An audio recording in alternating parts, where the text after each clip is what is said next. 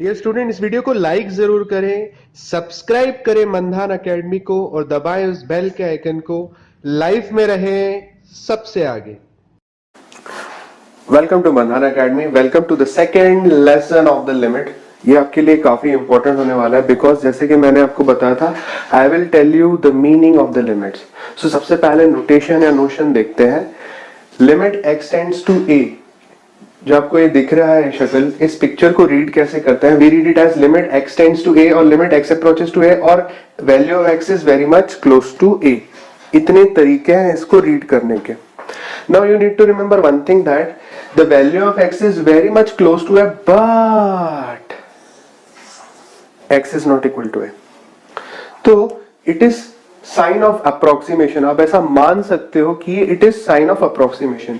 इसका use differentiation के लिए होता है, but anyways limit x tends to 2 का मीनिंग क्या होगा? x की value is very much close to 2 but x is not equal to 2। And one more thing, तो x की वैल्यू 2 नहीं है मतलब क्या? आइदर x क्या होगा 2.00001 या फिर 1.99999। ये एक अप्रोक्सीमेट वैल्यू है। जनरली इसको हम ट्रीट नहीं करते हैं। जनरली जो वैल्यू होगी वो ये होगी। सपोज आपको दिया है x टेंड्स टू 1, इसका मतलब क्या है कि x की वैल्यू क्या हो सकती है? 0.9999। ऐसे 2-3 हजार साल तक आप 9999 लिखते जाओ, फिर जाके 9 लिखो, तो दैट मीन्स ये 1 ही हुआ। जब हम पुटिंग करेंगे तो 1 ही पुट करेंगे।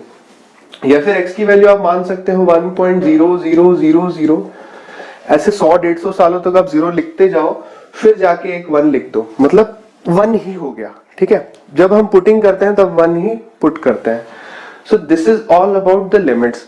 काफी सिंपल टॉपिक है, सस्ते में निपटने वाला है, ज्यादा कुछ टेंशन लेने की बात नहीं है। बट एक बार समझ लो कि क्या होता है।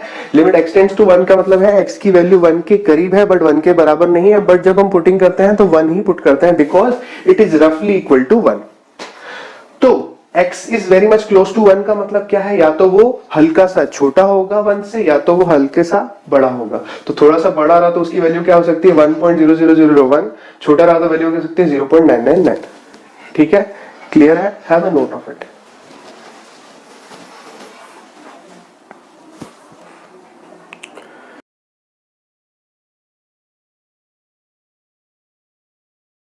नेक्स्ट कंसेप्ट है अपने सामने, वो है left hand limit and right hand limit. वो क्या होता है? मान लीजिए हमारी जो लिमिट है it is very much close to 1, तो 1 के नियर बाय हमको 2 लिमिट्स मिलती हैं। एक है 1 से ज्यादा और दूसरा है 1 से कम।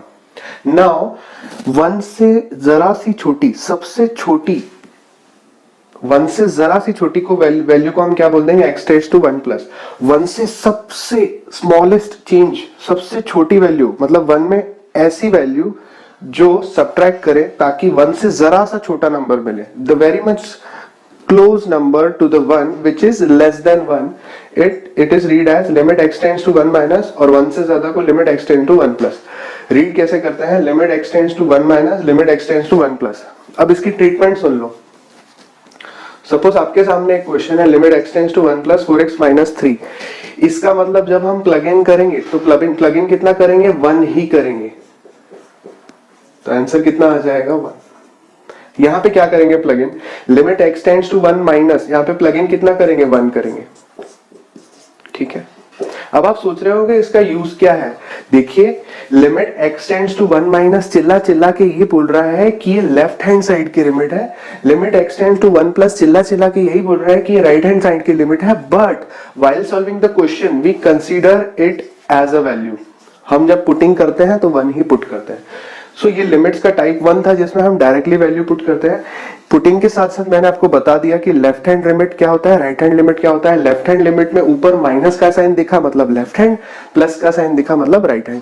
क्वेश्चन की सॉल्विंग में इसका यूज होता है। बट एनीवेज 1 माइनस है, इसका मतलब पुटिंग नेगेटिव 1 नहीं होगा, पुटिंग 1 ही होगा। बट ये पावर में जो माइनस है वो बता रहा है कि ये लेफ्ट हैंड साइड की लिमिट है, पावर में जो प्लस है वो बता रहा है कि राइट हैंड साइड की लिमिट है। ये कंसेप्ट आगे समझ में आएगा, बट इतना ख्याल रखो what is left hand limit, what is right hand limit.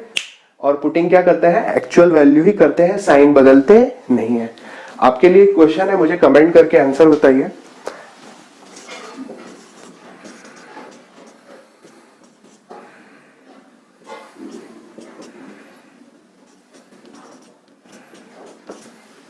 Answer क्या आएगा? कमेंट करके बताइए।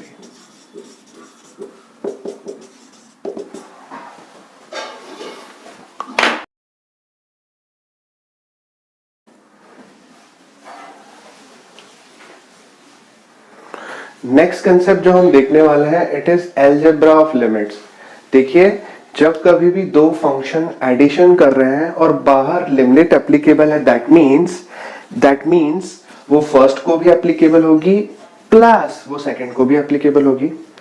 Whenever two functions are multiplying और बाहर लिमिट रखी हुई है, इसका मतलब ये है कि वो फर्स्ट फंक्शन को भी एप्लीकेबल होगी और वो सेकंड फंक्शन को भी एप्लीकेबल होगी। सपोज कीजिए आपके पास एक नंबर है 2 इंटू 8 इंटू 5। तो जैसे कि आप जानते हैं 8 और 5 मल्टीप्लाई कर रहे हैं, तो 2 या तो 8 को मल्टीप्लाई होगा तो 2 या तो 5 को मल्टीप्लाई होगा। बट यहाँ पे केस डिफरेंट है। अगर दो फंक्शन मल्टीप्लाई कर रहे हैं और बाहर अगर लिमिट है तो लिमिट फर्स्ट वाले को भी मिलेगी और लिमिट सेकंड वाले को भी एप्लीकेबल होगी। जैसे कि दो फंक्शन डिवाइड कर रहे हैं यहाँ पे और लिमिट अगर एप्लीकेबल है, दैट मीन्स लिमिट ऊपर भी अप्लाई होगी और लिमिट नीचे भी अप्लाई होगी। समझ में आ रही है बात? So this is the algebra of limit. थोड़ा सा डिफरेंट है ये, क्लास 10 तक हमने ऐसी चीजें नहीं देखी थी। It is little bit different but believe me it's really easy. ठीक है, moral of the story, plus में भी रहा तो भी सबको लिमिट रहेगी, मल्टीप्लाई में रहे तो भी सबको लिमिट रहेगी, डिवाइड में रहे तो भी सबको लिमिट रहेगी। सपोज कर लो एफ जी एच तीन फंक्शन रहते थे तो सब तीनों को लिमिट मिलता था। F of x, g of x, h of x, तीनों को लिमिट एप्लीकेबल होता था। Have a note of it.